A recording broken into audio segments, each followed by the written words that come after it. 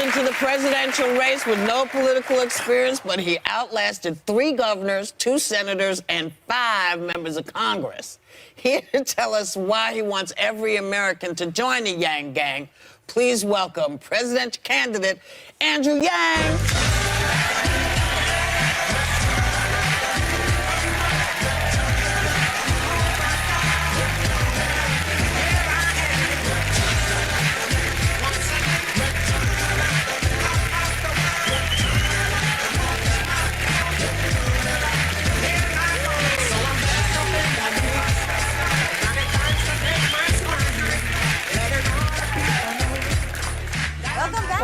It's great to be back. Thanks for having me. Good to see you, man. Of course. Plus, my wife is backstage, and she's a big fan, so this is a thrill. Well, she's coming on after you. Yeah, she's not just backstage. She'll be joining us on the panel. But before she comes out, we got to get to Iran, because that is really the issue that the world is talking about.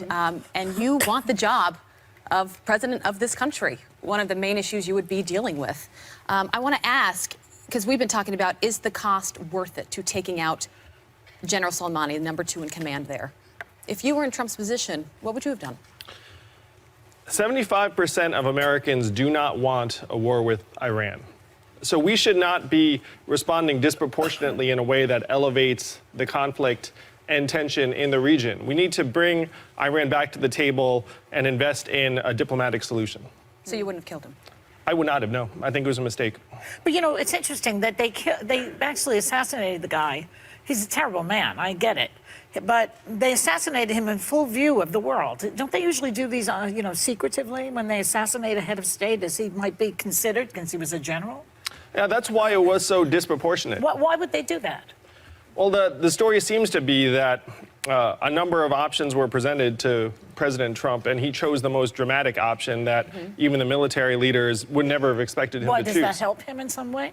Well, ordinarily, apparently they're presenting these extreme solutions to try and direct him towards something more reasonable, but in this case, he chose the most extreme. And that's not the way we should be making decisions, particularly when our soldiers' lives are at stake. So do you think this is one of those wag the dog moments that what people are talking about? Well, I certainly hope he would You know never what have that made means, this. right? Where you start a war to movie. distract? Yeah, go ahead. I certainly hope you would never have made this kind of decision for political goals. I think it was a mistake, and hopefully we can pull Iran back from the brink and, again, bring everyone to the table. All right. Mr. Yang, one of the concerns with President Trump for me since day one is that he has no foreign policy experience. Obviously, he was a failed businessman. You also you're a successful businessman. You're a businessman, but you don't have foreign policy experience. And given that it seems that tensions are rising, or at least it's been escalated, how do you think the American people can trust another businessman? I think Americans are looking for a commander-in-chief with the right temperament, judgment, and values. I would push the power to declare war back to Congress, where it belongs in our Constitution. We've been in a constant state of armed conflict for almost 20 years, and that's not the will of the American people. When I'm out campaigning across the country, people say we need to end the forever wars and bring our troops home, invest those resources right here at home. We spent over $6 trillion in the Middle East. Think about what that could have done for our families and communities over the last number of years. And I've been meeting with thousands of veterans who, when they come home, are still struggling with health issues, PTSD, trying to find jobs and opportunities. It's not just the resources, it's the human cost. Would you put people in the military in your cabinet or with military experience? Of course. We need to have people at the highest levels of government who have that kind of experience.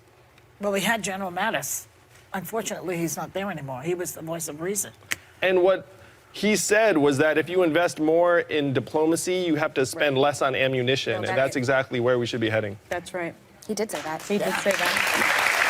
So I mentioned at the beginning that you have outlasted many Washington insiders running for the nomination, yet somehow you're not getting the same kind of coverage. Are you okay with that? Is it easier to do what you need to do outside of the glare of people saying, well, why isn't he here when he should be here? Or this one's here and you're not here and you're the... Is it just easier to just do what you're doing? Because people seem to hear what you're saying. They're asking smart questions, and they don't seem to have the same distaste for you as a candidate as I've seen, you know, with so many others. Well, the fact is, Americans have been looking for some kind of change for years now. And it's not just this past cycle with Trump and Sanders, it's even Barack Obama's victory in '08. We can recognize that our politicians and our government in D.C. are years behind the curve in terms of addressing the real challenges that we're seeing around us every day. And that's one reason why I'm doing so well. It's certainly not that the media has been fueling my rise, though full credit to you all, because you all have been an exception to this. I've been incredibly grateful for being able to come here on the show. Well, your Like all the fundraising numbers candidates. alone, Yeah. you should be treated in the same capacity. I think you only raised $9 million less than Joe Biden. I mean, I do think the hashtag Yang Blackout is something that was real, but I am a numbers guy, I agree. Our numbers congratulations. polling But a little low. the media keeps talking about the lack of diversity in the Democratic field, and you were the only person of color who was, just give me a second, that were qualified for the last debate. Is being an Asian man not diverse enough for the media? I don't understand why you're completely excluded from this. well, search me on this. Okay. But I'm very proud to be the first Asian American Yeah. man to run for president as a Democrat. I'm the son of immigrants myself, and I certainly think that my perspective on the American dream is something that we should all be very, very proud of. My father grew up on a peanut farm in Asia with no floor, and here I am running for president.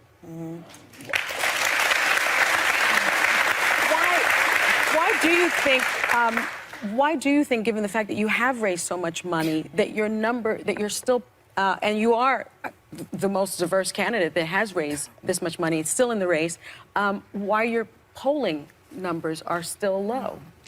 Well, I'm new to most Americans, and as soon as people find out more about me and my vision for the country, how we need to humanize our economy and make it work for us and our families, then we see consistent increases in support. And Sunny, one of the fun things is a survey just came out that said I'm among the least disappointing candidates in the field. Really? Yeah. Yes. Which is like something like almost 90% of Democrats said I would be fine with Andrew Yang as the nominee, and I almost jumped for joy when I saw that number. And just a follow-up, you do need the support of the black community, right? It's sort of the backbone of the Democratic Party. Right now, you're polling at 3% with black voters, around the same number as Mayor Pete and Mayor Bloomberg, who've had real problems with the community.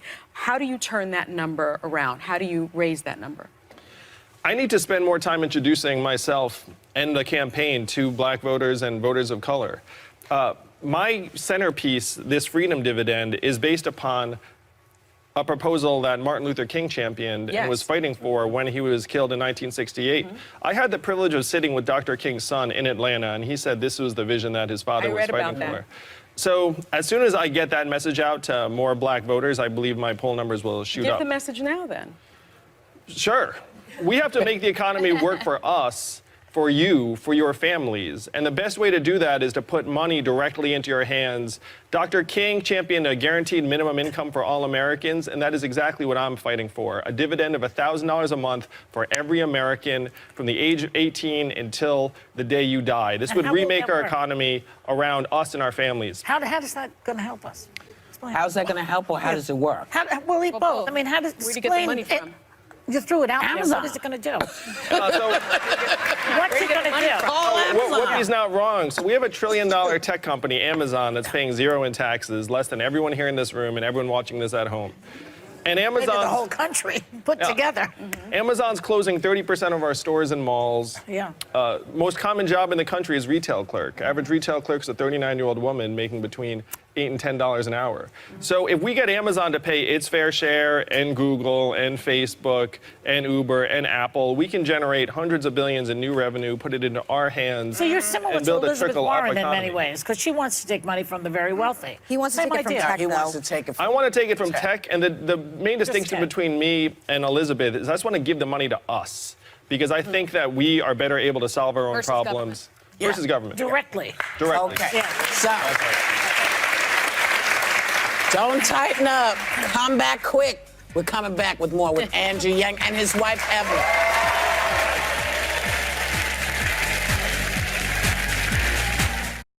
Hey, we are back with Andrew Yang, and joining him is his wife, Evelyn Yang.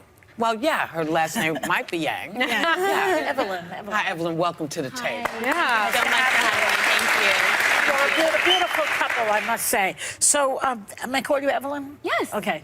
So your husband's campaign started with his Gmail list, right? Yes. Okay. And now Yes. he's raised millions of dollars. What do you make of this? I mean, it's an amazing thing. He has all these Yang Gang people out there rooting for him. And he started really with very little. Amazing. Yeah. When he first told me he was running for president, I have to say I thought it was a phase. But I get it. It was after the going last through a election, and he was pretty frustrated. But I think this is his passion coming through. Like he convinced me when he started talking about the solutions that he had for the country, and I was like, these solutions should exist. Like, this is a good message, but maybe you don't have to be the one to deliver it. And, you can go out there, you can deliver it, and people will pick it up. When candidates start entering the race, they'll see that these are really practical, doable solutions that can improve the lives of everyday Americans.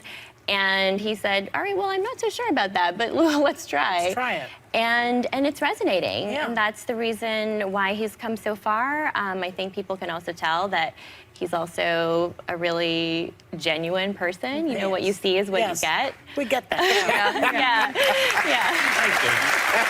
Yeah, you don't always see that in politics. Right. You guys- He's not a I politician. love, and people find it very refreshing, and it's a great American story. And I think what this country's all about. What I love that you Democracy. both do is you share personal experiences, and you share your life and your family with this country. You have two beautiful children. Christopher, your older son, is on the autism spectrum, and you talk about that, and you hope to help other people. How did that diagnosis change your family and change just the way you think about things? Well, first of all, Christopher is so awesome. He's just a wonderful kid. And he made us parents, but he also made us better people. And we talk about all the time how grateful and how blessed we are to have our two beautiful children. And, the diagnosis is always difficult because you don't imagine, when you imagine your children, you don't imagine this for them. And then it happens, and, for far too many Americans, they're faced with this reality and they don't have the resources that they need to get their child the support that he or she needs. And we're very lucky to have those resources. So it's been really important for us to kind of share our story and just spread this awareness so that people know that it's much more common than you think. I mean, Andrew talks about all the time how atypical is the new typical. We all know someone who's neurologically atypical or has a disability or special need.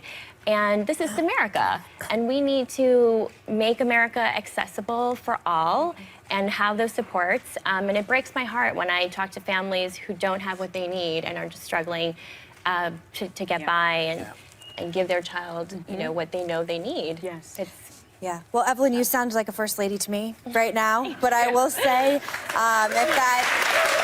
that doesn't end up happening, if you don't end up taking it to the top, Mr. Yang, I have said on the show numerous times, my husband and I like to play fantasy campaign football, and you are my dark horse VP pick.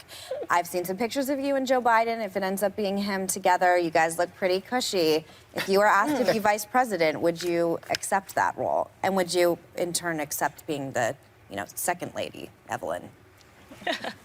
Well, I'm here to help solve the problems that affect us all that we're leaving for our kids. If that's as president, great. If that's in some other capacity, also great, because we all need to do more to help build the future. What about Evelyn, now? I can confirm that is absolutely the truth. Would you guys be in for it, though? I would have to think about it when it would have to be a conversation. Fair enough. Like the conversation when we first embarked on this whole journey. When people thank me for running, I say thank my wife, one, for letting me run, and for two, sacrificing so much while I've been on the road. So thank you, baby. It's for a good time.